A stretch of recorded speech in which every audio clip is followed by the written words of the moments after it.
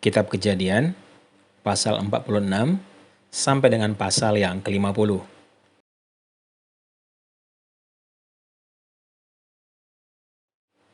Yakub pindah ke Mesir. Jadi berangkatlah Israel dengan segala miliknya dan ia tiba di Beersheba. Lalu dipersembahkannya korban sembelihan kepada Allah Ishak ayahnya. Berfirmanlah Allah kepada Israel dalam penglihatan waktu malam. Yakub, Yakub, sahutnya, ya Tuhan. Lalu firman-Nya, Akulah Allah, Allah ayahmu. Jangan takut pergi ke Mesir, sebab aku akan membuat engkau menjadi bangsa yang besar di sana. Aku sendiri akan menyertai engkau pergi ke Mesir, dan tentulah aku juga akan membawa engkau kembali. Dan tangan Yusuflah yang akan mengatupkan kelopak matamu nanti. Lalu berangkatlah Yakub dari Beersheba, dan anak-anak Israel membawa Yakub ayah mereka, beserta anak dan istri mereka, dan mereka menaiki kereta yang dikirim Firaun untuk menjemputnya. Mereka membawa juga ternaknya dan harta bendanya, yang telah diperoleh mereka di tanah Kanaan. Lalu tibalah mereka di Mesir, yakni Yakub dan seluruh keturunannya bersama-sama dengan dia. Anak-anak dan cucu-cucunya laki-laki dan perempuan, seluruh keturunannya dibawanyalah ke Mesir. Inilah nama-nama Bani Israel yang datang ke Mesir, yakni Yakub beserta keturunannya. Anak sulung Yakub ialah Ruben. Anak-anak Ruben ialah Henok, Palu, Hesron, dan Karmi. Anak-anak Simeon ialah Yemuel, Yamin, Ohad, Yakin, dan Zohar, serta Saul, anak seorang perempuan Kanaan. Anak-anak Lewi ialah Gerson, Kehat, dan Merari. Anak-anak Yehuda ialah Onan, Shela, Peres, dan Zerah. Tetapi dan Onan mati di tanah Kanaan. Dan anak-anak Peres ialah Hesron dan Hamul. Anak-anak Isakar ialah Tola, Pua, Ayub, dan Simron. Anak-anak Zebulon ialah Seret, Elon, Yahlel. Itulah keturunan Lea yang melahirkan bagi Yakub di padang Aram anak-anak laki-laki serta Dina juga, anaknya perempuan. Jadi seluruhnya laki-laki dan perempuan berjumlah 33 jiwa. Anak-anak Gad ialah Zifyon, Hagi, Syuni, Esbon, Eri, Arudi, dan Areli. Anak-anak Asyar ialah Yimna, Yiswa, Yiswi, dan Beria. Serah ialah saudara perempuan mereka. Dan anak-anak Beria ialah Heber dan Malkiel. Itulah keturunan Zilpa, yakni hamba perempuan yang telah diberikan Laban kepada Lea, anak perempuannya, dan yang melahirkan anak-anak bagi Yakub, seluruhnya 16 jiwa. Anak-anak Rahel, istri Yakub, ialah Yusuf dan Benyamin.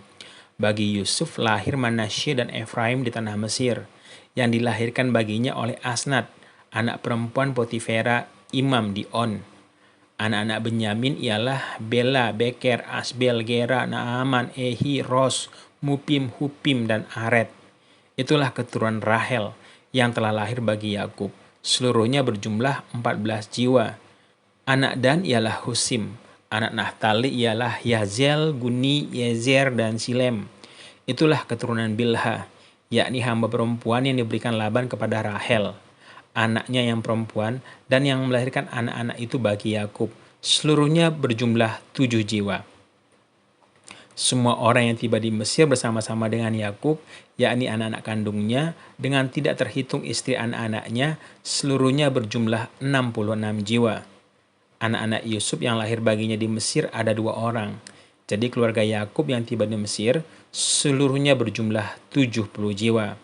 Yakub menyuruh Yehuda berjalan lebih dahulu mendapatkan Yusuf, supaya Yusuf datang ke Goshen menemui ayahnya. Sementara itu sampailah mereka ke tanah Goshen. Lalu Yusuf memasang keretanya dan pergi ke Goshen mendapatkan Israel ayahnya. Ketika ia bertemu dengan dia, dipeluknya lah leher ayahnya dan lama menangis pada bahunya. Berkatalah Israel kepada Yusuf, "Sekarang bolehlah aku mati, setelah aku melihat mukamu dan mengetahui bahwa engkau masih hidup." Kemudian berkatalah Yusuf kepada saudaranya dan kepada keluarga ayahnya itu, "Aku mau menghadap Firaun dan memberitahukan kepadanya, saudara-saudaraku dan keluarga ayahku yang tinggal di tanah Kanaan telah datang kepadaku. Orang-orang itu gembala kambing domba, sebab mereka itu pemelihara ternak, dan kambing dombanya, lembu sapinya, dan segala miliknya telah dibawa mereka. Apabila Firaun memanggil kamu dan bertanya, apakah pekerjaanmu, Maka jawablah, hamba-hamba ini pemelihara ternak, sejak dari kecil sampai sekarang, baik kami maupun nenek moyang kami, dengan maksud supaya kami beroleh diam di tanah Goshen, sebab segala gembala kambing domba adalah suatu kekejian bagi orang Mesir. Kitab Kejadian pasal 47. Yakub dan Firaun. Kemudian pergilah Yusuf memberitahukan kepada Firaun, ayahku dan saudara-saudaraku beserta kambing dombanya, lembu sapinya, dan segala miliknya telah datang dari tanah Kanaan, dan sekarang mereka ada di tanah Goshen. Dari antara saudara-saudaranya itu dibawanya 5 orang menghadap Firaun. Firaun bertanya kepada saudara-saudara Yusuf itu, apakah pekerjaanmu? Jawab mereka kepada Firaun, hamba-hambamu ini gembala domba, baik kami maupun nenek moyang kami. Lalu kata mereka kepada Firaun, kami datang untuk tinggal di negeri ini sebagai orang asing, sebab tidak ada lagi padang rumput untuk kumpulan ternak hamba-hambamu ini, karena hebat kelaparan itu di tanah Kanaan. Maka sekarang, izinkanlah hamba-hambamu ini menetap di tanah Goshen. Lalu berkatalah Firaun kepada Yusuf, ayahmu dan saudaramu telah datang kepadamu. Tanah Mesir ini terbuka untukmu. Tunjukkanlah kepada ayahmu dan kepada saudara-saudaramu tempat menetap di tempat yang terbaik dari negeri ini. Biarlah mereka diam di tanah Goshen. Dan jika engkau tahu di antara mereka orang-orang yang tangkas, tempatkanlah mereka menjadi pengawas ternakku. Yusuf membawa juga ayahnya menghadap Firaun. Lalu Yakub memohonkan berkat bagi Firaun. Kemudian bertanyalah Firaun kepada Yakub, sudah berapa tahun umurmu? Jawab Yakub kepada Firaun, tahun-tahun pengembaraanku sebagai orang asing berjumlah 130 tahun. Tahun-tahun hidupku itu sedikit saja dan buruk adanya, tidak mencapai umur nenek moyangku, yakni jumlah tahun mereka mengembara sebagai orang asing. Lalu Yakub memohonkan berkat bagi Firaun. Sesudah itu keluarlah ia dari depan Firaun. Yusuf menunjukkan kepada ayahnya dan saudara-saudaranya tempat untuk menetap dan memberikan kepada mereka tanah milik di tanah Mesir, di tempat yang terbaik di negeri itu, di tanah Ramses, seperti yang diperintahkan Firaun. Dan Yusuf memelihara ayahnya, saudara-saudaranya, dan seisi rumah ayahnya dengan makanan menurut jumlah anak-anak mereka. Tindakan Yusuf. Di seluruh negeri itu tidak ada makanan, sebab kelaparan itu sangat hebat, sehingga seisi tanah Mesir dan tanah Kanaan lemah lesu karena kelaparan itu. Maka Yusuf mengumpulkan segala uang yang terdapat di tanah Mesir dan di tanah Kanaan, yakni uang pembayar gandum yang dibeli mereka, dan Yusuf membawa uang itu ke dalam istana Firaun. Setelah habis uang di tanah Mesir dan di tanah Kanaan, datanglah semua orang Mesir menghadap Yusuf serta berkata, berilah makanan kepada kami, mengapa kami harus mati di depanmu, sebab tidak ada lagi uang. Jawab Yusuf, jika tidak ada uang, berilah ternakmu, maka aku akan memberi makanan kepadamu sebagai ganti ternakmu itu. Lalu mereka membawa ternak kepada Yusuf, dan Yusuf memberi makanan kepada mereka ganti kuda, kumpulan kambing domba, dan kumpulan lembu sapi dan keledainya. Jadi disediakannya lah bagi mereka makanan ganti segala ternak pada tahun itu. Setelah lewat tahun itu, datanglah mereka kepadanya pada tahun yang kedua, serta berkata kepadanya, tidak usah kami sembunyikan kepada tuanku, bahwa setelah uang kami habis dan setelah kumpulan ternak kami menjadi milik tuanku, tidaklah ada lagi yang tinggal yang dapat kami serahkan kepada tuanku selain badan kami dan tanah kami. Mengapa kami harus mati di depan matamu? Baik kami maupun tanah kami, belilah kami dan tanah kami sebagai ganti makanan. Maka kami dengan tanah kami akan menjadi hamba kepada Firaun. Berikanlah benih supaya kami dapat hidup dan jangan mati, dan supaya tanah itu jangan menjadi tandus. Lalu Yusuf membeli segala tanah orang Mesir untuk Firaun, sebab orang Mesir itu masing-masing menjual ladangnya. Karena berat kelaparan itu menimpa mereka, demikianlah negeri itu menjadi milik Firaun. Dan tanah rakyat itu diperhambakannya lah mereka di daerah Mesir, dari ujung yang satu ke ujung yang lain.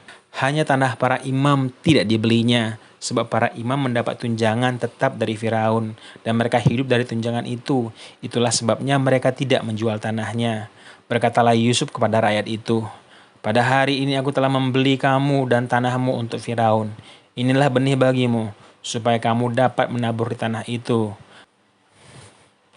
Mengenai hasilnya, kamu harus berikan 1/3 kepada Firaun, dan yang 4 bagian lagi Itulah menjadi benihmu untuk ladangmu dan menjadi makanan kamu dan mereka yang ada di rumahmu dan menjadi makanan anak-anakmu. Lalu berkatalah mereka, Engkau telah memelihara hidup kami. Asal kiranya kami mendapat kasih Tuanku. Biarlah kami menjadi hamba kepada Firaun. Yusuf membuat hal itu menjadi suatu ketetapan mengenai tanah di Mesir sampai sekarang, yakni bahwa 1/5 dari hasilnya menjadi milik Firaun. Hanya tanah para imam tidak menjadi milik Firaun. Yakub pada akhir hidupnya.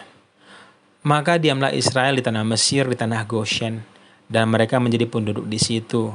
Mereka beranak cucu dan sangat bertambah banyak. Dan Yakub masih hidup 17 tahun di tanah Mesir. Maka umur Yakub, yakni tahun-tahun hidupnya, menjadi 147 tahun. Ketika hampir waktunya bahwa Israel akan mati, dipanggilnyalah anaknya Yusuf dan berkata kepadanya, Jika aku mendapatkan kasih-Mu, letakkanlah kiranya tanganmu di bawah pangkal pahaku dan bersumpahlah bahwa engkau akan menunjukkan kasih dan setiamu kepadaku. Janganlah kiranya kuburkan aku di Mesir, karena aku mau mendapatkan perhentian bersama-sama dengan nenek moyangku. Sebab itu angkutlah aku dari Mesir dan kuburkanlah aku dalam kubur mereka. Jawabnya, Aku akan berbuat seperti katamu itu. Kemudian kata Yakub, Bersumpahlah kepada aku. Maka Yusuf pun bersumpah kepadanya. Lalu sujudlah Israel di sebelah kepala tempat tidurnya.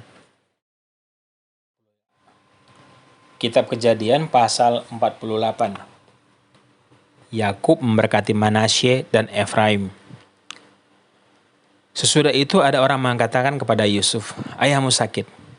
Lalu dibawanyalah kedua anaknya Manasye dan Efraim.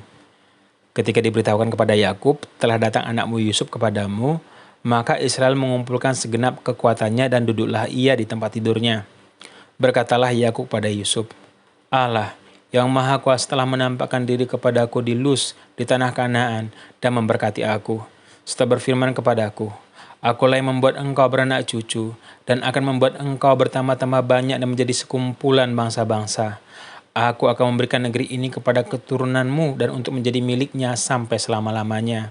Maka sekarang kedua anakmu yang lahir bagimu di tanah Mesir, sebelum aku datang kepadamu ke Mesir, akulah empunya mereka. Akulah yang akan empunya Efraim dan Manasye, seperti Ruben dan Simeon. Dan keturunanmu yang kau peroleh sesudah mereka, engkaulah empunya. Tetapi dalam pembagian warisan, nama mereka akan disebutkan berdasarkan nama kedua saudaranya itu. Kalau aku pada waktu perjalananku dari Padan, aku kematian Rahel di tanah Kanaan di jalan, ketika kami tidak berapa jauh lagi dari Efrata, dan aku menguburkannya di sana, di sisi jalan Efrata, yaitu Bethlehem. Ketika Israel melihat anak-anak Yusuf itu, bertanyalah, Siapakah ini? Jawab Yusuf pada ayahnya, Inilah anak-anakku yang telah diberikan Allah kepadaku di sini. Maka kata Yakub, Dekatkanlah mereka kepadaku, supaya aku berkati mereka. Adapun mata Israel telah kabur karena tuannya, jadi ia tidak dapat melihat. Kemudian Yusuf mendekatkan mereka kepada ayahnya dan mereka dicium serta didekap oleh ayahnya. Lalu berkatalah Israel kepada Yusuf, Tidak kusangka-sangka bahwa aku akan melihat mukamu lagi. Tetapi sekarang Allah bahkan memberikan aku melihat keturunanmu. Lalu Yusuf menarik mereka dari antara lutut ayahnya dan ia sujud dengan mukanya sampai ke tanah. Setelah itu Yusuf memegang mereka keduanya, dengan tangan kanan dipegangnya Efraim, yaitu di sebelah kiri Israel, dan dengan tangan kiri Manasye, yaitu di sebelah kanan Israel. Lalu didekatkannyalah mereka kepadanya. Tetapi Israel mengulurkan tangan kanannya dan meletakkannya di atas kepala Efraim, walaupun ia yang bungsu, dan tangan kirinya di atas kepala Manasye. Jadi tangannya bersilang, walaupun Manasye yang sulung. Sesudah itu diberkatinyalah Yusuf katanya, Nenekku dan ayahku Abraham dan Ishak telah hidup di hadapan Allah. Allah itu sebagai Allah yang telah menjadi gembalaku selama hidupku sampai sekarang, dan sebagai malaikat yang telah melepaskan aku dari segala bahaya. Dialah kiranya yang memberkati orang-orang muda ini, sehingga namaku serta nama nenek dan bapakku Abraham dan Ishak termasyhur oleh mereka. Dan sehingga mereka bertambah-tambah menjadi jumlah yang besar di bumi.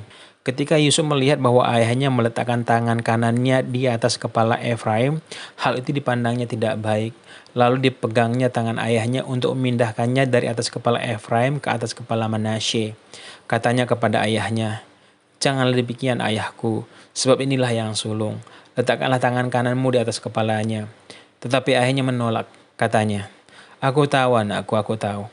Ia juga akan menjadi suatu bangsa, dan ia juga akan menjadi besar kuasanya. Walaupun begitu, adiknya akan lebih besar kuasanya daripadanya, dan keturunan adiknya itu akan menjadi sejumlah besar bangsa-bangsa." Lalu diberkatinya lah mereka pada waktu itu. Katanya, "Dengan menyebutkan namamu lah orang Israel akan memberkati." Demikian, Allah kiranya membuat engkau seperti Efraim dan seperti Manasye. Demikianlah dia dahulukannya Efraim daripada Manasye. Kemudian berkatalah Israel kepada Yusuf, "Tidak lama lagi aku akan mati. Tetapi Allah akan menyertai kamu dan membawa kamu kembali ke negeri nenek moyangmu. Dan sekarang aku memberikan kepadamu sebagai kelebihan daripada saudara-saudaramu, suatu punggung gunung yang kurubut dengan pedang dan panahku dari tangan orang Amori." Kitab Kejadian pasal 49. Perkataan Yakub yang penghabisan kepada anak-anaknya. Kemudian Yakub memanggil anak-anaknya dan berkata, "Datanglah berkumpul, supaya aku beritahu kepadamu apa yang akan kamu alami di kemudian hari. Berhimpunlah kamu dan dengarkanlah, ya anak-anak Yakub. Dengarlah kepada Israel ayahmu. Ruben, engkau anak sulungku, kekuatanku, dan permulaan kegagahanku. Engkaulah yang terutama dalam keluhuran, yang terutama dalam kesanggupan. Engkau yang membual sebagai air, tidak lagi engkau yang terutama, sebab engkau telah menaiki tempat tidur ayahmu. Waktu itu engkau telah melanggar kesuciannya, dia telah menaiki petiduranku." Simeon dan Lewi bersaudara.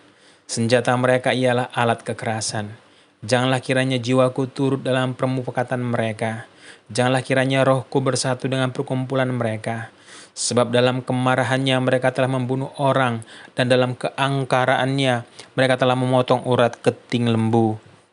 Terkutuklah kemarahan mereka sebab amarahnya keras. Terkutuklah keberangan mereka sebab berangnya bengis.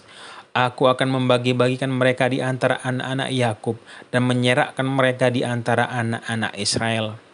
Yehuda, engkau akan dipuji oleh saudara-saudaramu. Tanganmu akan menekan tengkuk musuhmu. Kepadamu akan sujud anak-anak ayahmu. Yehuda adalah seperti anak singa. Setelah menerkam, engkau naik ke suatu tempat yang tinggi. Hai anakku, ia meniarap dan berbaring seperti singa jantan atau seperti singa betina. Siapakah yang berani membangunkannya? Tongkat kerajaan tidak akan beranjak dari Yehuda, ataupun lambang pemerintahan dari antara kakinya, sampai dia datang yang berhak atasnya. Maka kepadanya akan takluk bangsa-bangsa. Ia akan menambatkan keledainya pada pohon anggur, dan anak keledainya pada pohon anggur pilihan. Ia akan mencuci pakaiannya dengan anggur. Matanya akan merah karena anggur, dan giginya akan putih karena susu. Zebulon akan diam di tepi pantai laut. Ia akan menjadi pangkalan kapal, dan batasnya akan berisi dengan Sidon, dan batasnya akan bersisi dengan Sidon. Isakar adalah seperti keledai yang kuat tulangnya, yang meniarap di apit bebannya. Ketika dilihatnya bahwa perhentian itu baik dan negeri itu permai, maka disendengkannya lah bahunya untuk memikul, lalu menjadi budak rodi. Adapun Dan, ia akan mengadili bangsanya sebagai salah satu suku Israel. Semoga Dan menjadi seperti ular di jalan, seperti ular beludak di denai yang memangut tumit kuda, sehingga penunggangnya jatuh ke belakang. Aku menanti-nantikan keselamatan yang daripadamu ya Tuhan. Gad, ia akan diserang oleh gerombolan, tetapi ia akan menyerang tumit mereka. Asher, makanannya akan limpah mewah, dan ia akan memberikan santapan raja-raja. Naftali adalah seperti rusa betina yang terlepas. Ia akan melahirkan anak-anak indah. Yusuf adalah seperti pohon buah-buahan yang muda. Pohon buah-buahan muda pada mata air. Dahan-dahannya naik mengatasi tembok. Walaupun pemanah-pemanah telah mengusiknya, memanahnya dan menyerbunya, namun panahnya tetap kokoh. Dan lengan tangannya tinggal liat. Oleh pertolongan yang maha kuat, pelindung Yakub, oleh sebab gembalanya gunung batu Israel, oleh Allah ayahmu yang akan menolong engkau, dan oleh Allah yang Maha Kuasa yang akan memberkati engkau dengan berkat dari langit di atas dan dengan berkat samudera raya yang letaknya di bawah. Berkat ayahmu melebihi berkat gunung-gunung yang sejak dahulu, yakni yang paling sedap di bukit-bukit yang berabad-abad. Semuanya itu akan turun ke atas kepala Yusuf, ke atas batu kepala orang yang teristimewa di antara saudara-saudaranya. Benyamin adalah seperti serigala yang menerkam. Pada waktu pagi ia memakan mangsanya, dan pada waktu petang ia membagi-bagi rampasannya. Itulah semuanya suku Israel, 12 jumlahnya. Dan itulah yang dikatakan ayahnya kepada mereka ketika ia memberkati mereka. Tiap-tiap orang diberkatinya dengan berkat yang diuntukkan kepada mereka masing-masing. Yakub meninggal dan dikuburkan. Kemudian berpesanlah Yakub kepada mereka, apabila aku nanti dikumpulkan kepada kaum leluhurku, kuburkanlah aku di sisi nenek moyangku dalam gua yang di ladang Efron orang Het itu, dalam gua yang di ladang Makapela di sebelah timur Mamre di tanah Kanaan, ladang yang telah dibeli Abraham dari Efron orang Het itu untuk menjadi kuburan milik. Disitulah dikuburkan Abraham beserta Sarah istrinya. Disitulah dikuburkan Ishak beserta Ribka istrinya. Dan disitulah juga dikuburkan Lea. Ladang dengan gua yang ada di sana telah dibeli dari orang Het. Setelah Yakub selesai berpesan kepada anak-anaknya, ditariknya kakinya ke atas tempat berbaring dan meninggallah ia. Maka ia dikumpulkan kepada kaum leluhurnya. Kitab Kejadian pasal 50. Lalu Yusuf merebahkan dirinya, mendekap muka ayahnya, serta menangis dan mencium dia. Dan Yusuf memerintahkan kepada tabib-tabib, yaitu hamba-hambanya, untuk merempah-rempahi mayat ayahnya. Maka tabib-tabib itu merempah-rempahi mayat Israel. Hal itu memerlukan 40 hari lamanya. Sebab demikianlah lamanya waktu yang diperlukan untuk merempah-rempahi, dan orang Mesir menangisi dia 70 hari lamanya. Setelah lewat hari-hari penangisan itu, berkatalah Yusuf kepada seisi istana Firaun, "Jika kiranya aku mendapat kasihmu, katakanlah kepada Firaun, bahwa ayahku telah menyuruh aku bersumpah," katanya, "tidak lama lagi aku akan mati. Dalam kuburku yang telah kugali di tanah Kanaan, disitulah kau kuburkan aku. Oleh sebab itu izinkanlah aku pergi ke sana, supaya aku menguburkan ayahku, kemudian aku kembali kemari." Lalu berkatalah Firaun, "Pergilah ke sana dan kuburkanlah ayahmu itu, seperti yang telah disuruhnya engkau bersumpah." Lalu berjalanlah Yusuf ke sana untuk menguburkan ayahnya, dan bersama-sama dengan dia berjalanlah semua pegawai Firaun, para tua-tua dari istananya, dan semua tua-tua dari tanah Mesir, serta seisi rumah Yusuf, juga saudara-saudaranya, dan seisi rumah ayahnya. Hanya anak-anaknya serta kambing domba dan lembu sapinya ditinggalkan mereka di tanah Goshen. Baik kereta maupun orang-orang berkuda turut pergi ke sana bersama-sama dengan dia, sehingga iring-iringan itu sangat besar. Setelah mereka sampai ke Goren Haatat yang di seberang sungai Yordan, maka mereka mengadakan di situ ratapan yang sangat sedih dan riuh, dan Yusuf mengadakan perkabungan 7 hari lamanya karena ayahnya itu. Ketika penduduk negeri itu, orang-orang Kanaan, melihat perkabungan di Goren Haatat itu, berkatalah mereka, "Inilah perkabungan orang Mesir yang amat riuh." Itulah sebabnya tempat itu dinamai Abel Mizraim, yang letaknya di seberang Yordan. Anak-anak Yakub melakukan kepadanya seperti yang dipesankannya kepada mereka. Anak-anaknya mengangkut dia ke tanah Kanaan, dan mereka menguburkan dia dalam gua di ladang Makapela yang telah dibeli Abraham dari Efron orang Het itu, untuk menjadi kuburan milik, yaitu ladang yang di sebelah timur Mamre. Setelah ayahnya dikuburkan, pulanglah Yusuf ke Mesir, dia dan saudara-saudaranya dan semua orang yang turut pergi ke sana bersama-sama dengan dia untuk menguburkan ayahnya itu. Yusuf menghiburkan hati saudara-saudaranya. Ketika saudara-saudara Yusuf melihat bahwa ayah mereka telah mati, berkatalah mereka, "Boleh jadi Yusuf akan mendendam kita dan membalaskan sepenuhnya kepada kita segala kejahatan yang telah kita lakukan kepadanya." Sebab itu mereka menyuruh menyampaikan pesan ini kepada Yusuf. "Sebelum ayahmu mati, ia telah berpesan, beginilah harus kamu katakan kepada Yusuf, ampunilah kiranya kesalahan saudara-saudaramu dan dosa mereka, sebab mereka telah berbuat jahat kepadamu. Maka sekarang, ampunilah kiranya kesalahan yang dibuat hamba-hamba Allah ayahmu." Lalu menangislah Yusuf ketika orang-orang berkata demikian kepadanya. Juga saudara-saudaranya datang sendiri dan sujud di depannya, serta berkata, "Kami datang untuk menjadi budakmu." Tapi Yusuf berkata kepada mereka, "Janganlah takut, sebab aku inikah pengganti Allah? Memang kamu telah mereka-rekakan yang jahat terhadap aku, tetapi Allah telah mereka-rekakannya untuk kebaikan, dengan maksud melakukan seperti yang terjadi sekarang ini, yakni memelihara hidup suatu bangsa yang besar. Jadi janganlah takut, aku akan menanggung makanmu dan makanan anak-anakmu juga." Demikianlah ia menghiburkan mereka dan menenangkan hati mereka dengan perkataannya. Yusuf meninggal. Adapun Yusuf, ia tetap tinggal di Mesir beserta kaum keluarganya, dan Yusuf hidup 110 tahun.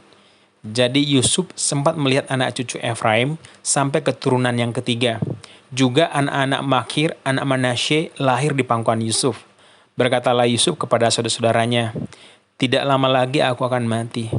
Tentulah Allah akan memperhatikan kamu dan membawa kamu keluar dari negeri ini ke negeri yang telah dijanjikannya dengan sumpah kepada Abraham, Ishak, dan Yakub."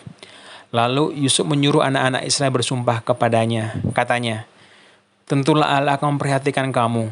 Pada waktu itu kamu harus membawa tulang-tulangku dari sini." Kemudian matilah Yusuf berumur 110 tahun. Mayatnya dirempah-rempahi dan ditaruh dalam peti mati di Mesir.